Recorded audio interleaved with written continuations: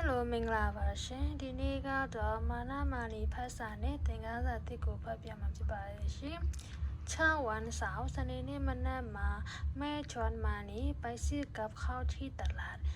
แม่อเมริกาชวนเขาသွားပါတယ်မာနီလေးကိုတဲ့ไปซื้อกับข้าวဆိုတာကဟင်းချက်စရာတွေကိုတောက်ဝယ်ဖို့ที่ตลาดဆိုတာကဈေးထဲမှာဟင်းချက်စရာတွေတောက်ဝယ်ဖို့ခေါ်သွားပါတယ်မာနီช่วยหิ้วตะกร้าให้แม่မာနီကช่วยကူညီပေးပါတယ်หิ้วဆိုတာက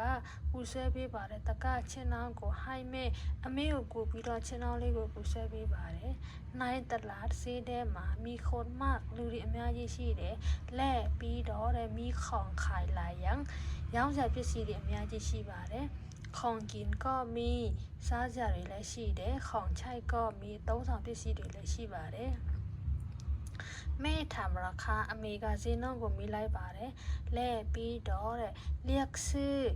ရွေးပြီးဝယ်ပါတယ်တဲ့ของที่ดีကောင်းတဲ့ပစ္စည်းတွေကိုရွေးပြီးဝယ်ပါတယ်ที่ราคาไม่แพงเกินไป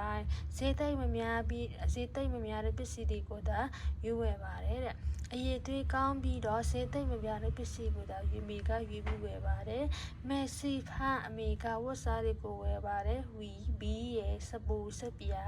လဲပြီးတော့တဲ့ခေါင်ကင်းလိုက်ရန်ဆိုတာကစားစရာအများကြီးကိုဝယ်ပါတယ်မီကလစားရရှိတယ်မနောင်ဆိုတာကတမယာဒီပလာထူငါရဲ့ခိုင်ဆိုတာကကြက်ဥရဲ့လဲပြီးတော့ไก่ကြက်သားရဲ့ရှိတယ်แม่จะซื้อหมูกับเนี่ยด้วยอเมริกาတဲ့ဝတ်သားနဲ့အမဲသားကိုလည်းဝယ်မယ်တဲ့แต่ไม่มีขายอย่างละမရှိဘူး for ဘာကြောင့်လဲဆိုတော့ one nan အဲ့ဒီနေ့ကတဲ့เป็น one pra ဆိုတာကိုပုံလေးဖြစ်လို့ပါမာနီเห็นผลไม้น่ากินหลายอย่างမာနီကเห็นဆိုတာကတွေ့လိုက်ပါတယ်ผลไม้ဆိုတာကတစ်တီအများကြီးน่ากินဆိုတာကစားခြင်းစရာကောင်းပြီးတော့လာရန်ဆိုတာကအမျိုးစားများပြီးတော့စားခြင်းစရာကောင်းတဲ့တစ်တီတွေကိုတွေ့လိုက်ပါတယ်တဲ့มีเงาะจำเมาดีတွေရှိတယ်လำไยดีတွေရှိတယ်น้อยนาဩဇာတိจึงขอให้แม่ซีเงาะဒါကြောင့်အမေကိုတောင်းဆိုပြီးတော့จำเมาဒီကိုဝယ်ခိုင်းလိုက်ပါတယ်တဲ့สายแล้วနောက်ကျနေပြီแม่ยังซื้อของไม่เสร็จอเมริกาဈေးဝယ်လို့မပြီးသေးပါဘူးတဲ့မာနီเดินตามแม่อยู่นั้นจึงหิวမာနီကအမေနောက်လိုက်နေတာတဲ့ကြာပြီမို့လို့မောနေပါပြီတဲ့มองเห็นร้านหนึ่ง